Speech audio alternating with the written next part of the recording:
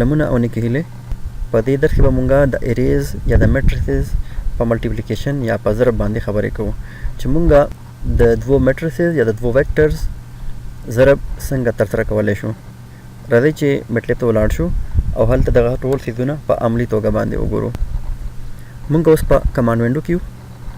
زه یو ویکټر اخلم او هغې سره یو سکیلر نمبر ورسره ضرب کوم او زه ګورم چې د هغې حاصل سره ځي. په کمانډ هسټري کې ما سره یو ویکټر دی چې نه مای ویکټر ا ده. که زه هغه راوړم کمانډ وینډو ته او انټر ووهم نو ما سره ویکټر ا جوړ شو چې په هغې کې 3 ایلیمنټس دي 8 5 4. که زه د ویکټر ا سره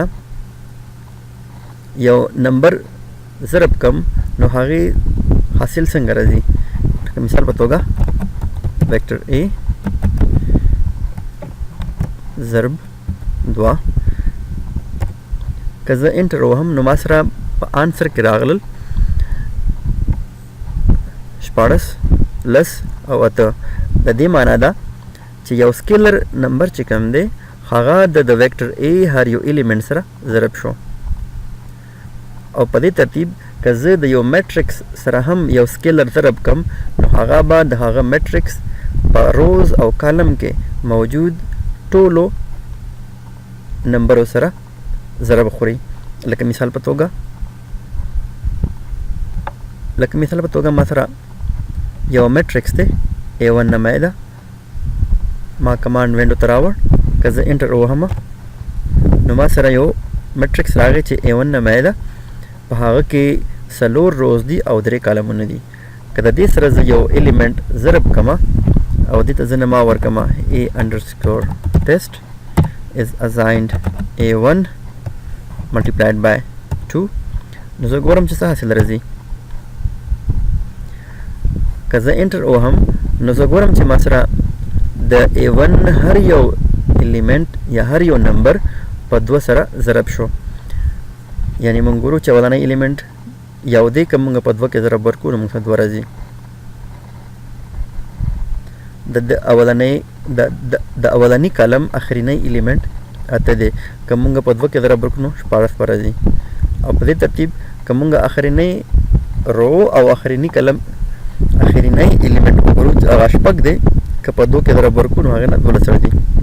په دې ترتیب که مونږ په دې میټریکس A1 کې هر یو ایلیمنټ ته د میټریکس A1 هر یو ایلیمنټ ته په 2 کې ضرب ورکو یا په 2 کې ضرب ورکو نو هغې نه به د هغې ډبل انصار راځي یا به 2 چند راځي یا به 2 ګونه انصار راځي. اوس که مونږ بېلابېل میټریسز په خپله کې سره ضرب کوو نو هغوی دپاره څه قوانین دي. راځئ چې پرزنټیشن ته ولاړ شو. د میټریکس پروډکټ لپاره ضروري ده چې که موږ سره چېرته کې 2 میټریسز وي یو A وي چې په هغه کې M روز وي او P پکې کالمونه وي. او دغه شانتې موږ سره یو بل میټریکس دی چې B نومی ده په هغه کې P روز دي او N پکې کالمونه دي. نو د دغو دواړو ضرب هله ممکن دی که چېرته کې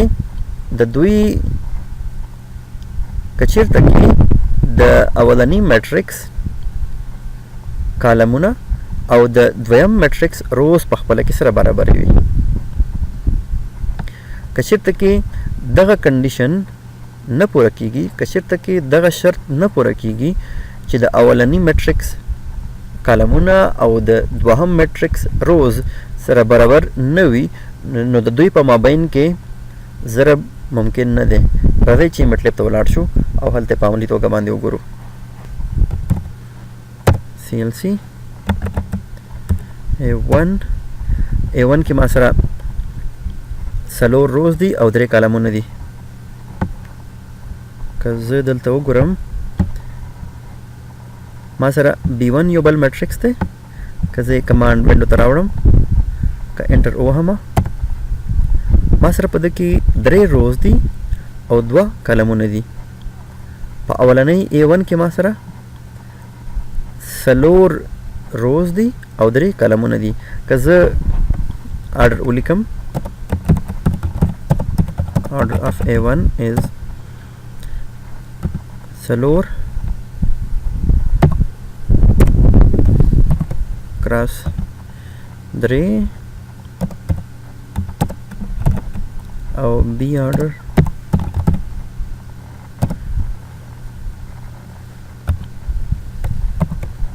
درې کراس 2 د A1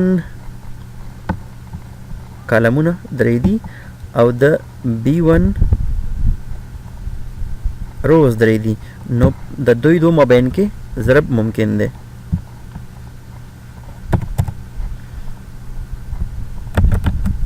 A1 ضرب B1 که زه انټر ووهمه نو ما سره څه حاصل راغی که زه سرچپه ضرب وکم یعنی B1 کراس یا ضرب A1 وکم نو ماته یو ایرر راغی وای چې د انر میټرکس ډایمنشن must agree مطلب دا چې د دوی دواړو په خپله کې سره ډایمنشن برابر نه دی مونږ یې ګورو په B1 کې ما سره که زه دلته راشم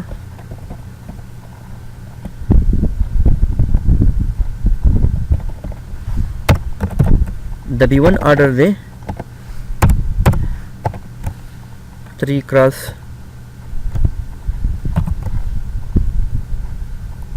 2 او د A1 آرډر دی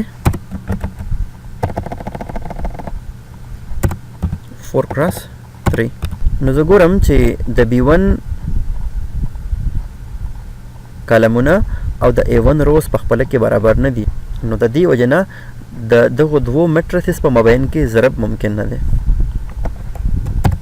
راځئ چې یو سکویر میټرکس وګورو او په هغې کې ضرب وګورو چې هغه څنګه کار کوي ما سره یو میټرکس دی نمایده F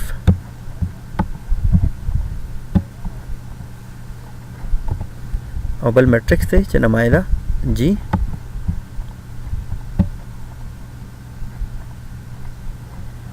که زه د دوی ضرب وکم که زه انټر ووهمه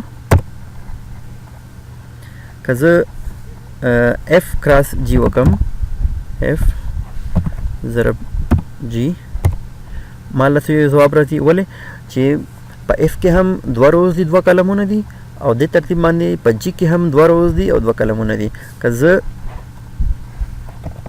G کراس F وکم نو هم به ما له ځواب راکوي ولې چې په دواړو کې روز او کالم برابر دي او د میټرکس ملټیپلیکیشن چې کوم کنډیشن دی هغه پورا کوي نو په دې طریقه باندې مونږ په میټلیب کې د بیلابیلو اریز یا میټریسز یا ویکټرز ضربونه ترسره کوو لکه تاسو نو ډیره مننه کور مو ودان خوشاله اوسئ